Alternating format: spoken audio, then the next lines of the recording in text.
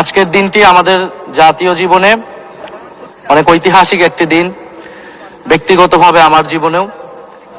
2024 সালের 5ই আগস্ট তথা 36শে জুলাই শাহবাগ থেকে ছাত্র জনতার মিছিল নিয়ে আমি এবং আমার সহযোদ্ধারা এই জাতীয় সংসদের প্রাঙ্গণে আমরা এসেছিলাম। ছাত্র জনতাকে সাথে নিয়ে ফ্যাসিস্ট মুক্ত করেছিলাম এই মহান জাতীয় সংসদকে। সেই দিন আমাদের ভূমিকা ছিল বৈপ্লবিক। আজকে একটা ভিন্ন প্রেক্ষাপটে গণতান্ত্রিকভাবে নির্বাচিত হয়ে আজকের এই মহান জাতীয় সংসদে কথা বলতে পারছি, সেজন্য মহান আল্লাহ তাআলার কাছে এবং জুলাই গণ অভ্যুত্থানের সকল শহীদদের কাছে কৃতজ্ঞতা প্রকাশ করছি।